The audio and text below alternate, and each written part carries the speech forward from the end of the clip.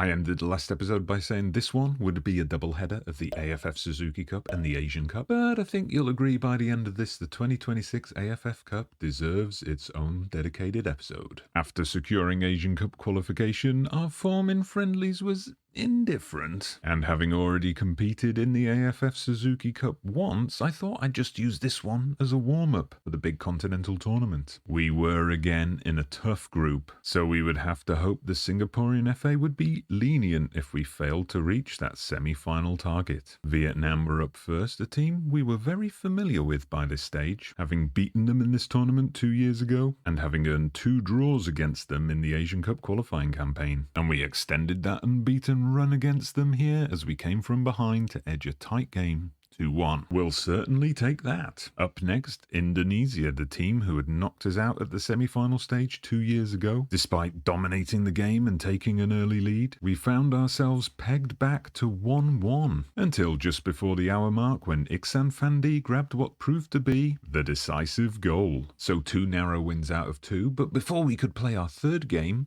some surprising news. We had already qualified for the semi-finals. How? Well, with 5 teams in the group, we skipped match day 3, and we were the late kickoff on match day 4. Indonesia, Philippines, and Vietnam had all failed to register a win, so it was mathematically impossible for them to surpass our total of 6 points. Riding on the high that qualification brought, we trounced Philippines in the next game, though our shaky defence was once again exposed as we conceded twice late on, and that meant our final game against tournament favourites Thailand was just a battle for top spot. We soon had flashbacks to our clash with Thailand in this same competition back in 2024, as we were 2-0 down by half-time and 3-0 down by the time the 60-minute mark came around. But then one of the great football manager comebacks of all time began. First, we crafted a chance for ourselves using the flanks, Iksan Fandi tucking away after Selvan's shot was blocked. Fandi then turned provider for, well,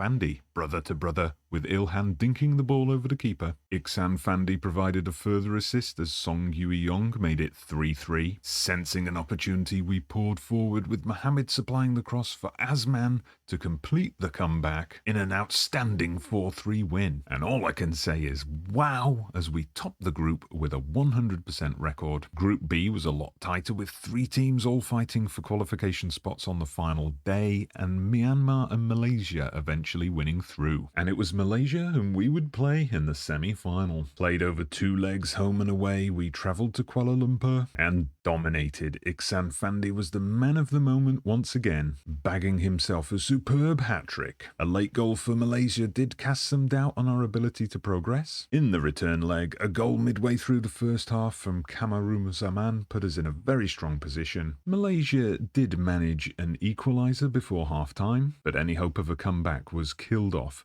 by a red card in the second half, as we earned the 1-1 draw with a 4-2 aggregate win. Goals were flying in the other semi-final as well, as Thailand scored a 7-2 aggregate victory over Myanmar. So a first and somewhat unexpected final for this career. Now again, it would be a home and away 2-legged affair against the favourites, but against the team that we beat in the group stage. We couldn't.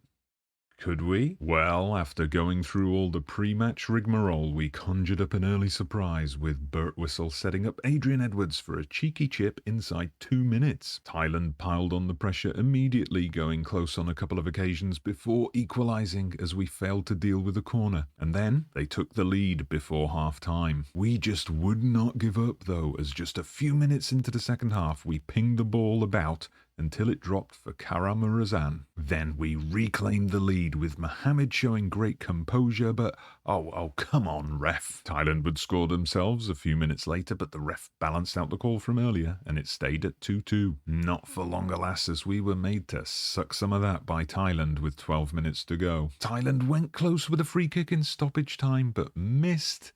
Yet the match still finished 3-2 in their favour. So a defeat, but not a disaster. We had resisted Thailand's dominance and poked holes in their defence a couple of times. Could we overturn the deficit in the home leg? Once again we struck with an early goal, Yui Young playing a beautiful ball to Abdullah who struck home to level the tie on aggregate. The rest of the half was quiet as it remained 1-0 going into the half-time team talk. With the players all pumped up, we went out for the second half and almost conceded immediately. On 70 minutes, Shahran Mohammed had a glorious chance but somehow missed. Selvin also went close on 80 minutes as we sought to kill off the tie, but any worries about missed opportunities soon disappeared into irrelevancy as we held on for the win on away goals. And what a result! Singapore, the team with the leakiest defence in the competition, eked out a solid 1-0 win when it mattered most to earn their first tournament win since 2012, and my first trophy of this career. So now you see why the 2026 AFF Suzuki Cup got its own dedicated episode. Asian Cup next.